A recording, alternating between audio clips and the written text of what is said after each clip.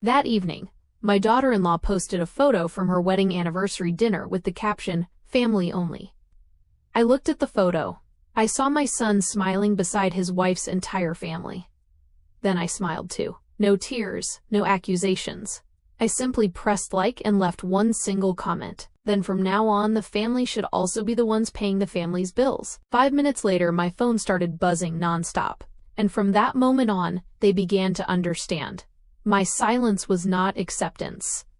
It was a boundary. It was a crisp Friday evening in Connecticut when I decided I'd officially had enough. My name is Eleanor. I'm 65, and I live on the ground floor of the duplex I've owned for 30 years. My son Daniel and his wife Ashley live in the unit upstairs. That night was their 5th wedding anniversary. A few days prior, Ashley had mentioned in passing, while literally walking away from me, that I wasn't invited to dinner. She said the reservation was tight and they wanted to keep it intimate. I just nodded. I knew it was a flimsy excuse, but why push in where I wasn't wanted? I made myself a cup of tea and settled into my armchair. I'm not the type to wallow. I lost my husband 10 years ago, and I've learned to be friends with the quiet. But then I opened Facebook. The first thing I saw wasn't from Ashley, but from her mother. It was a photo of a long, lavish table at the best steakhouse in town. Ashley, Daniel, Ashley's parents, her siblings, even 2 cousins were there. Everyone was laughing, raising glasses of expensive wine. The caption read, "Only family. So blessed to finally have all my favorites in one place."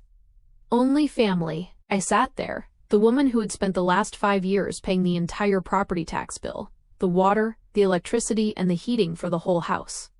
Apparently, I didn't make the cut. There was no explosion of temper. Instead, I felt a cold, sharp clarity.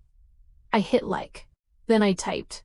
In that case, I'll stop paying the bills that the family should be handling themselves. I hit send and set the tablet down. 5 minutes later, the vibrating started. Ashley, then Daniel. 30 missed calls in a row. I didn't pick up.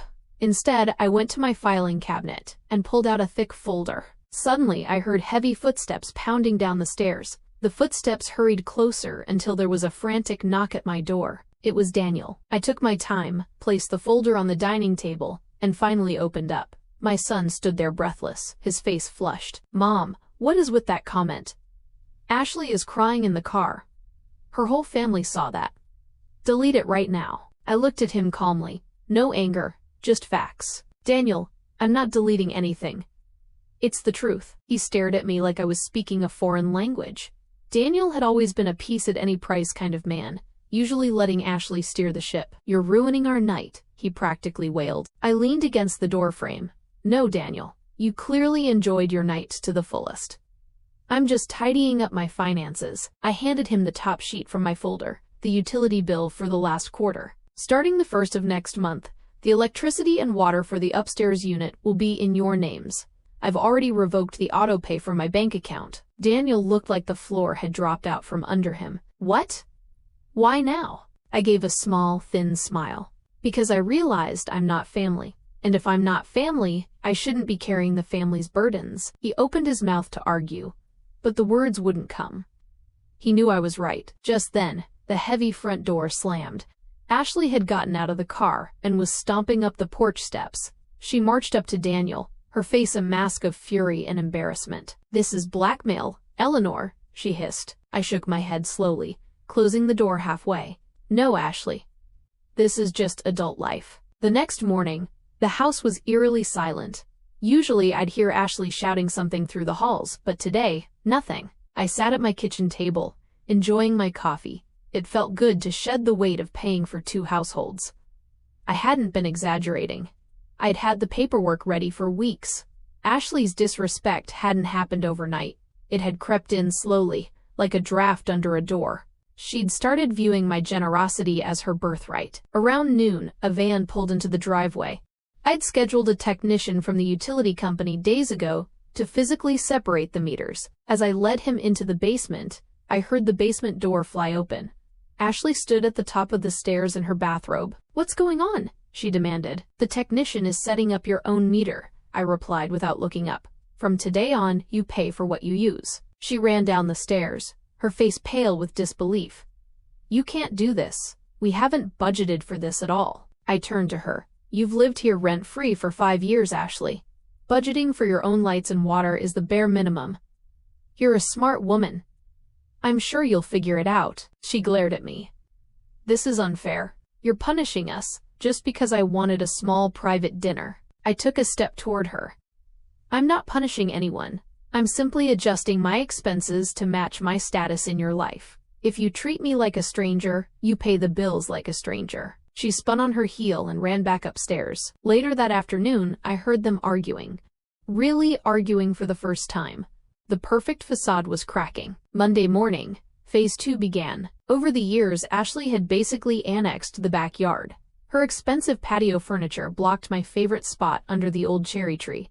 When she had friends over, I felt like a prisoner in my own house, staying inside so I wouldn't intrude. That was over. I called 2 local college kids looking for extra cash. While Ashley was at work and Daniel was logged into a Zoom call upstairs, we got to work. I had them carefully move every single piece of Ashley's outdoor lounge setup to their private second-story deck. It wasn't about being destructive. It was about redistributing space. Then I went to the garden center. I bought 2 beautiful oversized Adirondack chairs and a small teak table. I set them exactly where her furniture used to be. To finish it off, I put up an elegant wooden privacy screen between my patio area and the rest of the yard. It looked high-end, but the message was clear, soft and airy, yet unmistakable. When Ashley got home, I was already sitting under the cherry tree with a glass of Chardonnay and a book. I heard her heels click on the pavement and then stop abruptly. She stared at the screen and my new chairs. "Where is my furniture?" she asked, her voice trembling. I turned a page. "I had it moved to your deck. The backyard belongs to my unit. I'd like to enjoy my summer in peace." "But we always grill down here," she protested. "You still can," I said, taking a sip of wine. "Up on your deck. You'll have much more privacy for those family-only parties." She opened her mouth, closed it, and stormed inside.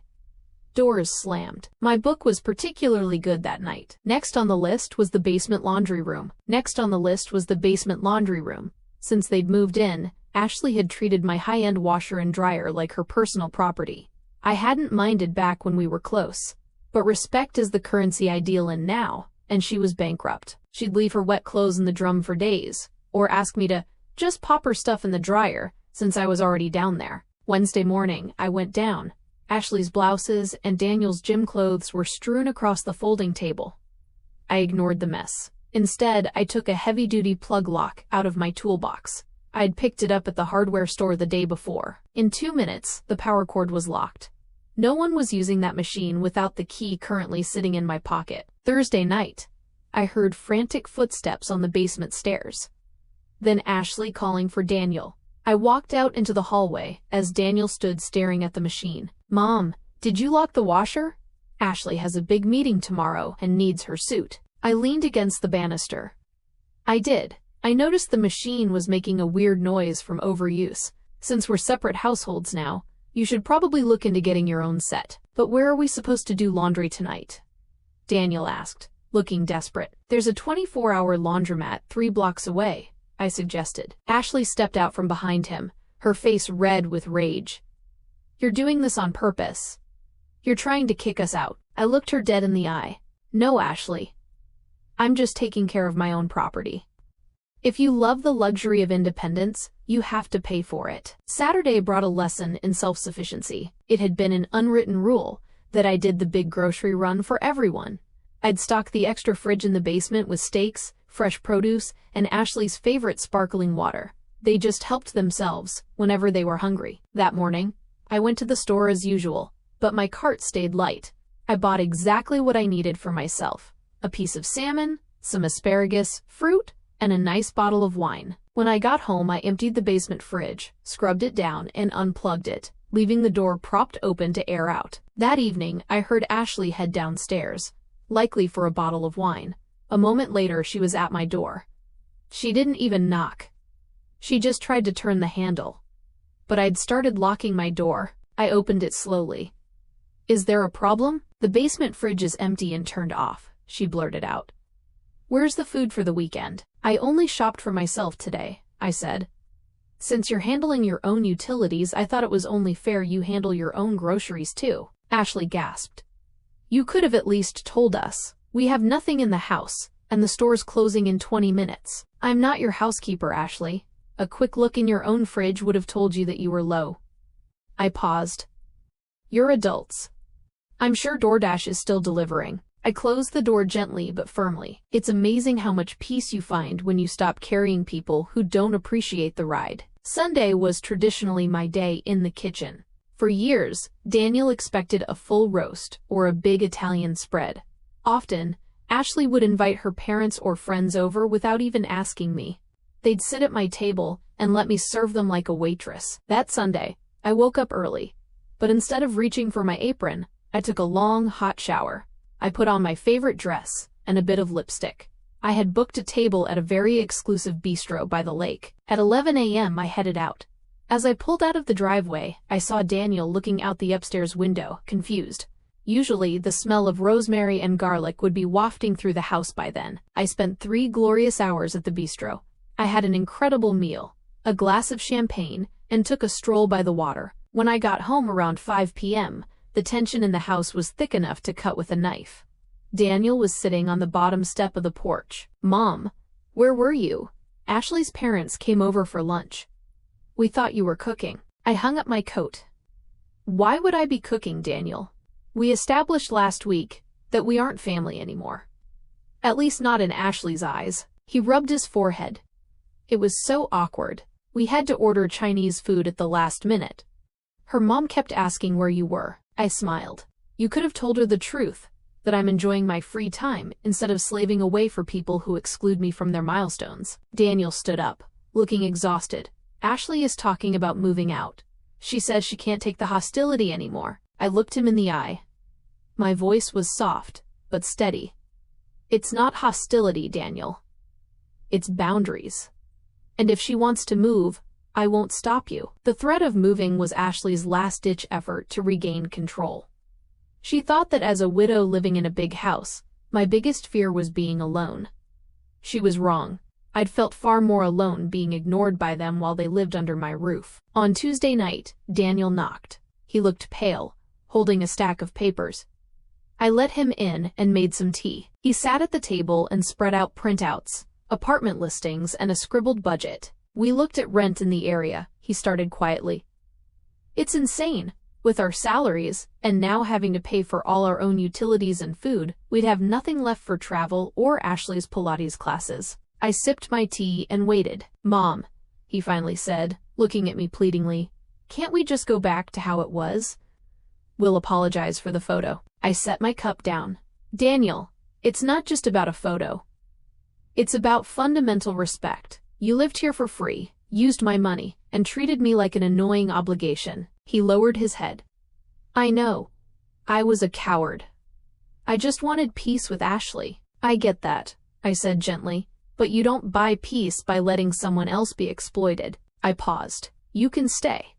But the free ride is over. If you stay, we're signing a formal lease. I'm going to charge a fair market rent. Daniel swallowed hard. Ashley will never agree to that. She says the house is going to be mine eventually anyway. My look sharpened. Maybe.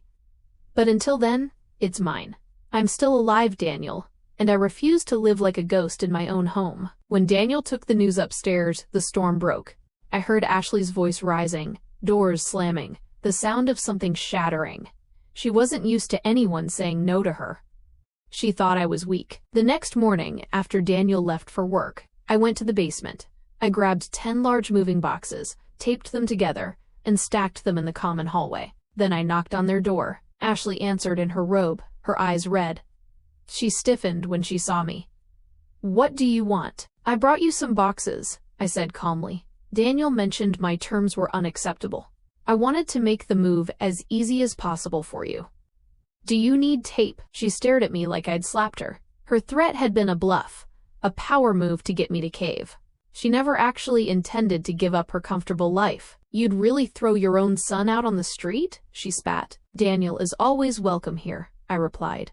But he's a grown man who makes his own choices. If he chooses to go with you, that's his right. But I am done being disrespected in the house I paid for. Ashley stepped back. She realized then that she'd lost. No fake tears or guilt trips were going to work. I'd walked off her chessboard. The boxes are in the hall, I added, turning to walk away. I didn't feel triumphant. I just felt a deep, quiet clarity. That evening, there was no more shouting, just the low murmur of two people forced to face reality. 2 weeks later, a small U-Haul was parked in the driveway. Ashley couldn't swallow her pride enough to pay rent to her mother-in-law, so they'd found a small 2-bedroom on the edge of town. Daniel helped her carry the boxes in silence. When they were finished, he came into my apartment one last time. He looked tired, but also strangely relieved. The fighting was over. He handed me the keys to the upstairs unit. "I'm sorry, Mom, for everything," he said softly, giving me a hug. It was the first real, honest hug we'd shared in years. I patted his back. "It'll be okay, Daniel. Sometimes you need a little distance to remember what someone is actually worth. My door is always open to you." He nodded, turned, and got into the car with Ashley. She stared straight ahead as they pulled away. I stood at the window and watched them go. As the car turned the corner, I took a long, deep breath. The house was completely silent. It wasn't a heavy, lonely silence. It was perfectly peaceful. I went upstairs to the empty unit. It smelled like floor cleaner and a fresh start. I decided I'd do some light renovations and rent it out to a nice, quiet, retired couple.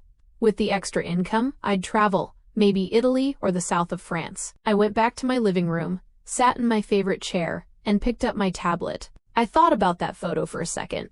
It felt like it was taken a lifetime ago. I hadn't plotted some grand revenge or hired lawyers.